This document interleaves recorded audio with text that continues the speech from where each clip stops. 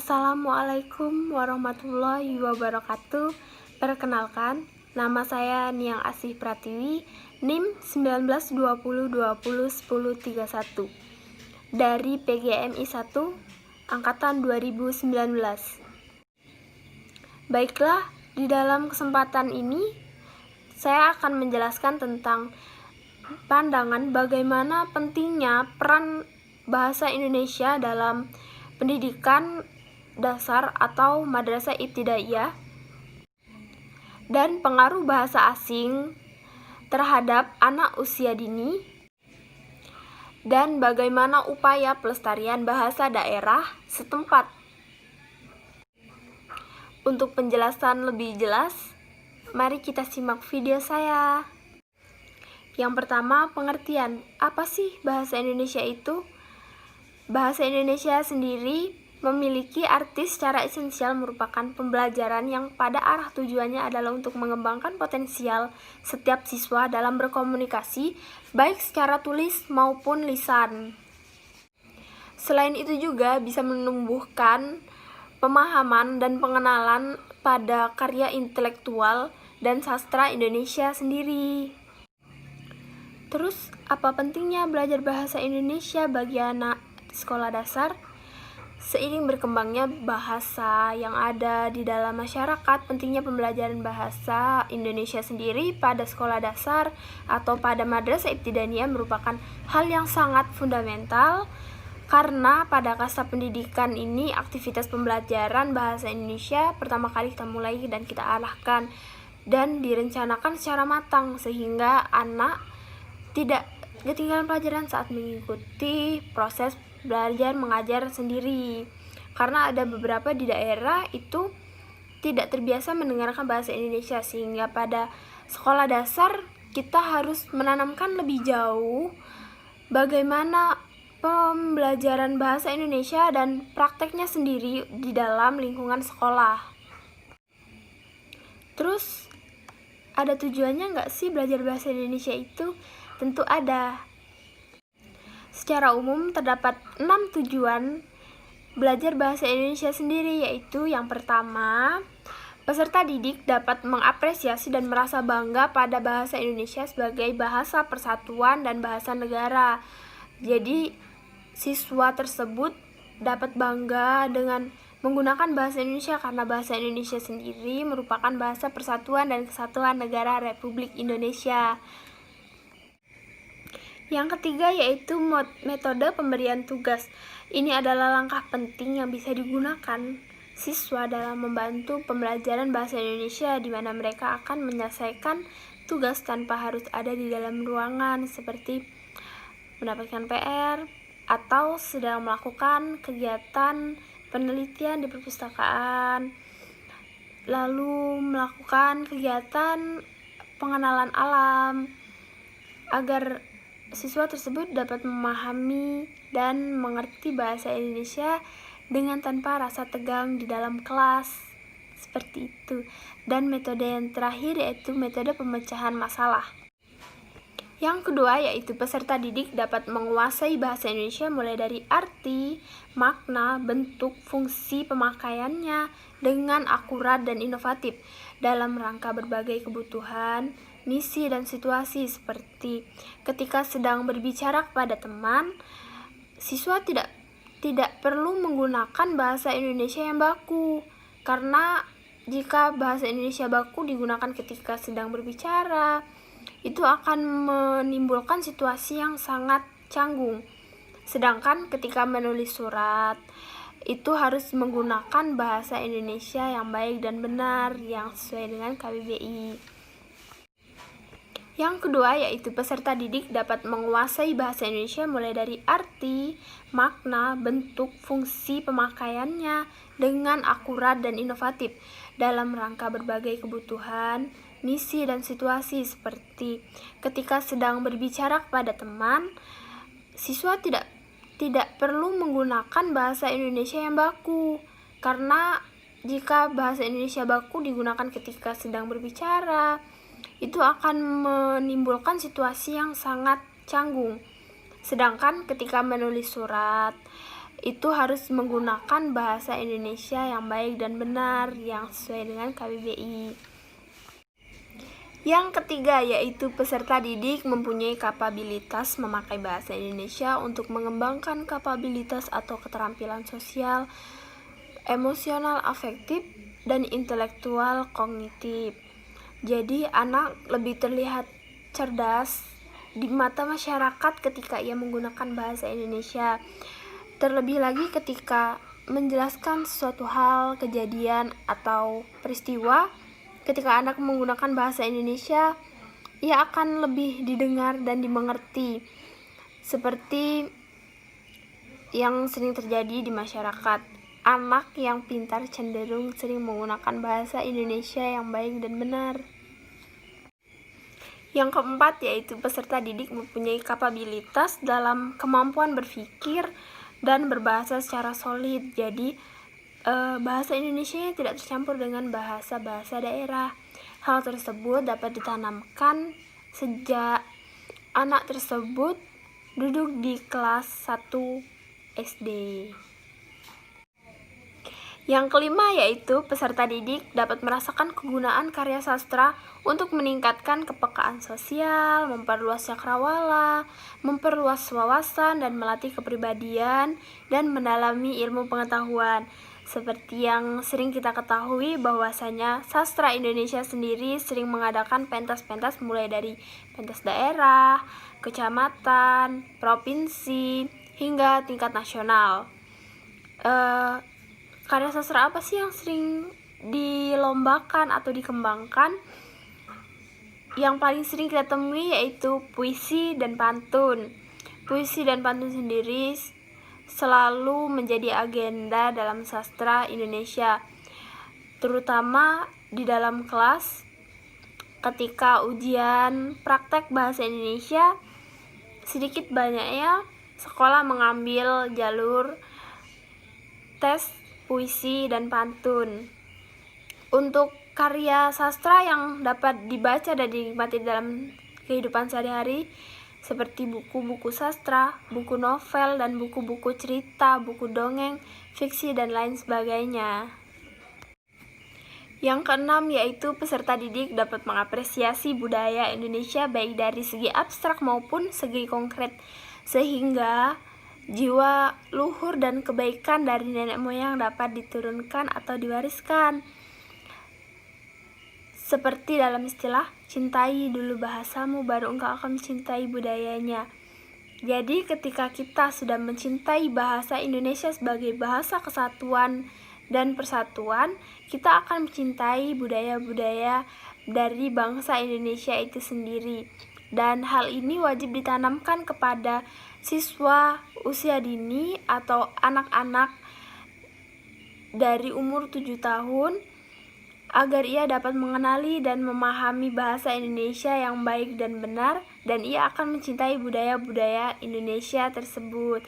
Jadi dari usia dini anak sudah tidak terpengaruh oleh budaya asing dan dapat melestarikan budaya Indonesia sendiri. Nah, dari 6 tujuan yang telah saya jelaskan tadi, tentu akan lebih baik jika 6 tujuan tersebut tercapai semua. Nah, gimana sih caranya agar tercapai semua tujuan dari peran bahasa Indonesia itu sendiri? Kan itu akan menjadi sebuah tantangan yang sangat sulit. Agar tujuan bisa tercapai dibutuhkan pengajar yang baik dan benar, yang sesuai dan tepat guna, serta terstruktur. Oleh sebab itu, pengajar bahasa Indonesia dibutuhkan beberapa metodologi yang harus dirancang atau disiapkan sebelum mengajar siswa sekolah dasar atau MI. Nah, metode-metode seperti apa aja sih yang bisa membuat anak mudah memahami bahasa Indonesia itu sendiri? Yang pertama yaitu kita memiliki metode bermain peran. Di antara model tersebut ada peran dengan memakai metode role playing atau bermain peran, serta melakukan komunikasi yang baik antar siswa dan siswa, guru dan siswa, sehingga tidak ada pembatas antara siswa dan guru. Gimana sih cara mempraktekannya? Ya dengan cara membiasakan diri berbicara bahasa Indonesia. Jadi guru bertanya kepada siswa menggunakan bahasa Indonesia yang baik dan benar, serta siswa menjawab guru dengan bahasa Indonesia yang baik dan benar. Dengan cara tersebut merupakan cara yang terbaik atau salah satu cara yang terbaik untuk melakukan pendekatan bahasa Indonesia kepada siswa. Yang kedua yaitu metode diskusi. Metode diskusi sendiri dibagi menjadi dua, yaitu pertama, diskusi antara siswa dan siswa. Yang kedua yaitu diskusi antara siswa dan guru. Fungsi diskusi tersebut untuk menyelesaikan suatu masalah yang berkaitan dengan bahasa Indonesia sendiri. Diskusi siswa dengan siswa, contohnya seperti apa sih? Contohnya seperti bekerja kelompok atau menyelesaikan masalah diskusi di dalam kelas antara siswa dan siswa terlebih dahulu, seperti mencari materi, mencari masalah, tujuan masalah, serta memecahkan masalah tersebut. Nah, lalu hasil dari diskusi tersebut kita presentasikan ke depan kelas, barulah terjadi fungsi diskusi antara siswa dan guru. Di situ akan terjadi tanya jawab siswa dan interaksi terhadap guru juga. Sedikit banyaknya guru akan menambahkan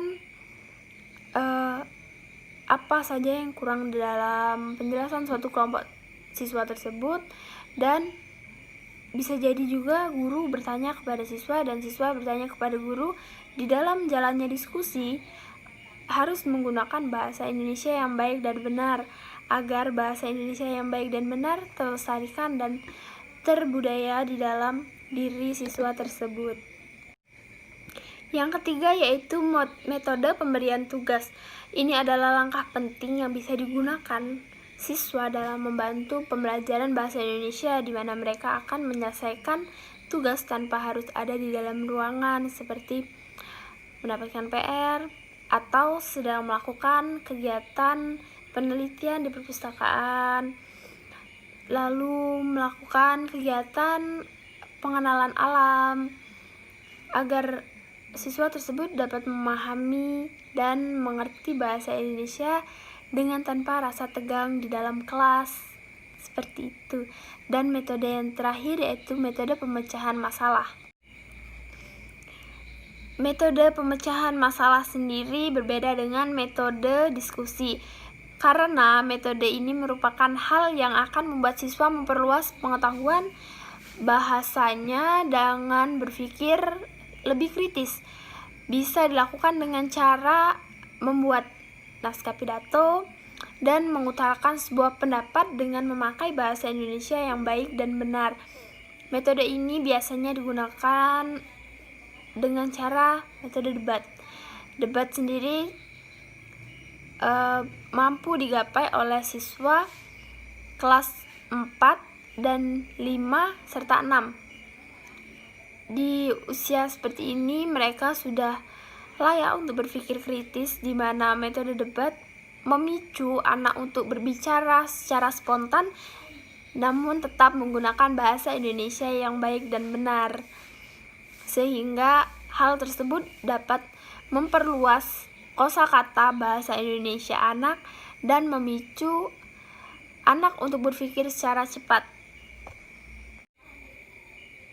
Materi yang kedua yaitu dampak bahasa asing terhadap anak. Terdapat 5 dampak yang sangat kuat yang dirasa sangat berpengaruh terhadap anak, yaitu yang pertama, anak menjadi bingung terhadap bahasa, ia kesulitan berkomunikasi dengan orang lain.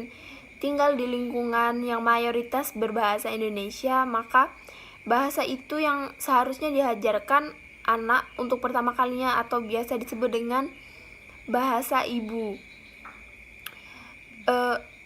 Misalkan saja kita tinggal di suatu daerah yang mayoritasnya menggunakan bahasa Indonesia atau bahasa daerah tersebut. Kita mengajarkan kepada anak kita sejak dini bahasa asing. Sedangkan bagaimana cara ia untuk berkomunikasi dengan teman-teman bermainnya, dengan lingkungannya, dengan tetangga, dengan bahkan keluarganya. Ketika ia menggunakan bahasa asing, misalkan bahasa Inggris, lalu saudara, teman-teman, dan lingkungannya menggunakan bahasa Indonesia yang baik dan benar. Dan ya, seperti yang kita ketahui bahwa mayoritas orang Indonesia tidak terlalu memahami bahasa asing. Dengan hal tersebut dapat dimengerti bahwa bahasa asing untuk anak di usia dini merupakan suatu hal yang berat yang seharusnya tidak untuk diajarkan terlebih dahulu. Ada baiknya untuk mengajarkan bahasa Indonesia yang baik dan benar kepada anak agar anak dapat berinteraksi dengan lingkungannya. Yang kedua yaitu anak akan beresiko menghadapi masalah intelektual. Sering kita dengar anak berbicara bahasa campur-campur bahasa Indonesia dan bahasa Inggris dalam satu kalimat. Biasanya sering disebut dengan anak Jaksel, Jakarta Selatan. Ini sama sekali tidak keren. Justru pada anak usia dini, mencampurkan bahasa seperti ini akan mengacaukan cara berpikir anak karena beban kognitif tambahan pada pusat bahasa di dalam otak yang mempengaruhi masalah intelektualnya, sehingga anak akan lebih lemot, sulit berpikir, ia akan lebih keras untuk berpikir, mengartikan apa bahasa yang tepat untuk digunakannya, seperti itu. Dan untuk yang ketiga, anak akan menjadi lebih lamban dalam belajar bahasa. Belajar beberapa bahasa secara bersamaan, terutama pada anak usia dini, pada anak usia dasar, akan membatasi jumlah kata yang dapat diserap oleh anak tersebut dalam satu waktu. Seperti misalnya, anak memiliki kapasitas kognitif untuk menguasai 20 kosakata baru bahasa Indonesia per bulannya. Ia mungkin hanya dapat menguasai 10 bahasa Indonesia dan 10 bahasa asing. Hal tersebut tentu memperlambat ia dalam berpikir, dalam belajar bahasa. Sedangkan belajar bahasa asing dalam anak usia dini tidak terlalu diharuskan atau tidak terlalu. Yang keempat yaitu anak tak mengenali budaya asli. Sejatinya anak mengenali budaya aslinya salah satunya lewat bahasa. Jika anak jarang menggunakan bahasa Indonesia yang baik dan benar, ia akan tak kenal dengan budayanya sendiri. Artinya negeri ini akan kehilangan satu pewaris budaya. Dengan menguasai budaya bahasa Indonesia secara mantap, ia akan memahami budaya itu sendiri melalui cerita, fiksi, novel, dan media lainnya yang ia suka. Karena cerita, fiksi, novel, dan budaya media-media penyalur budaya lainnya tentu saja menggunakan bahasa Indonesia yang baik dan benar. Jika anak sudah terlanjur memahami bahasa asing terlebih dahulu baru memahami bahasa Indonesia, bagaimana ia akan menyerap atau memahami suatu cerita dalam buku dongeng, fiksi, dan lain sebagainya. Dan yang terakhir yaitu anak bisa stres belajar bahasa asing yang sulit. Mungkin ada beberapa anak di Indonesia yang dipaksakan untuk belajar atau menguasai bahasa asing. Yang kita ketahui bahwa bahasa asing sendiri memiliki pelafalan dan cara membaca yang berbeda dari bahasa Indonesia sendiri. Jika anak kebetulan belajar bahasa asing yang sulit dipelajari, ia bisa stres dan menjadi beban, seperti ia harus memaksakan otaknya untuk berpikir bagaimana cara ia untuk menguasai bahasa asing tersebut. Sedangkan anak pada usia 6 atau 7 tahun itu belum diwajibkan untuk mempelajari bahasa asing menurut para ahli. Materi yang terakhir yaitu upaya pelestarian bahasa daerah MI. Bahasa daerah adalah bahasa yang dituturkan di suatu wilayah dalam sebuah negara kebangsaan, apakah itu dalam suatu daerah kecil, negara bagian, atau provinsi. Keberadaan bahasa daerah sangat erat kaitannya dengan eksistensi suku bangsa yang melahirkan dan menuturkan bahasa tersebut. Bahasa menjadi unsur pendukung utama dalam tradisi dan adat istiadat. Bahasa menjadi unsur pembentuk sastra, seni, budaya, hingga peradaban suatu bangsa. Bahasa daerah sendiri yaitu salah satu unsur kebudayaan yang melekat pada suatu suku atau pada suatu wilayah tertentu. Di Indonesia sendiri, masyarakatnya datang dari berbagai suku, ras.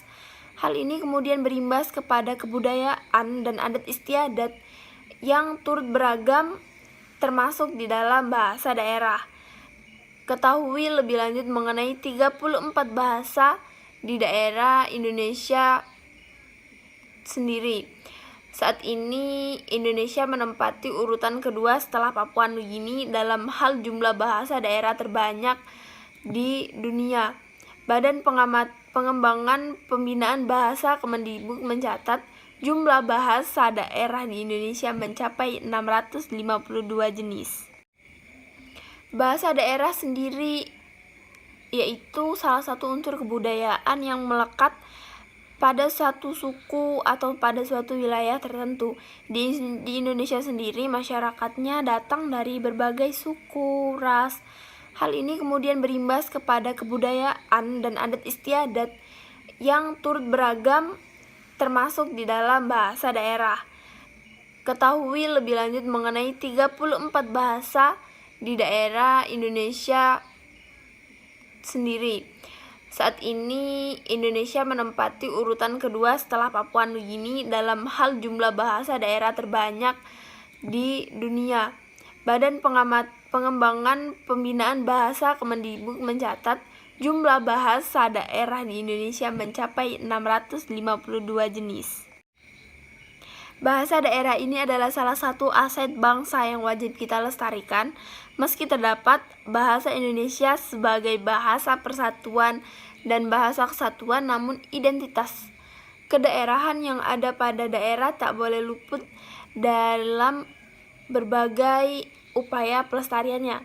Bahasa daerah masih tetap bisa digunakan untuk kehidupan sehari-hari sebagai bahasa kedua, utamanya dalam situasi non-formal seperti sedang bermain bersama teman, berkumpul bersama keluarga, dan bercengkrama dengan lingkungan. Terdapat 3 cara untuk melestarikan bahasa daerah tersebut. Yang pertama yaitu mempelajari bahasa daerah dengan giat dan tekun. Artinya mempelajari bahasa daerah dengan giat dan tekun tersebut telah tertanam dalam diri dan dalam jiwa kita untuk ingin mengetahui apa dan bagaimana bahasa daerah yang ingin kita pelajari. Seperti bahasa asal dari kedua orang tua kita, seperti pada umumnya bahasa Jawa, bahasa daerah kita tempat kita tinggal, dan bahasa-bahasa orang yang baru kita temui. Cara yang kedua yaitu mengajarkan bahasa daerah tersebut dan lebih jauh lagi dimasukkan ke dalam kurikulum pendidikan sekolah, seperti sekolah-sekolah di daerah Jawa yang memasukkan bahasa sastra Jawa ke dalam mata pelajaran di suatu sekolah. Nah, seharusnya cara seperti ini diterapkan atau bisa menjadi suatu kewajiban dalam suatu daerah untuk menerapkan mata pelajaran bahasa daerah tersebut agar bahasa daerah lebih dapat dikenal dan lebih mudah dikenal oleh siswa sekolah dasar. Yang ketiga yaitu menggunakan bahasa daerah sebagai pergaulan sehari-hari atau pada kondisi non-formal. Dalam hal ini yang berperan penting adalah orang tua, kedua orang tua terutama, di mana mereka harus mengajarkan bahasa daerah kepada anaknya ketika bercengkrama di rumah, ketika sedang menemui beberapa orang baru untuk menjelaskan bahwa ini bahasa dari daerah ini, bahasa dari daerah ini, sehingga anak memiliki minat dan rasa ingin tahu terhadap bahasa daerah yang begitu tinggi, dan pelestarian bahasa daerah sendiri dapat dilakukan dengan sangat mudah. Sekian penjelasan dari saya Nia Ngasih Pratiwi pamit undur diri. Wallahu muwaffiq ila aqwamit thoriq. Wassalamualaikum warahmatullahi wabarakatuh. Bye bye.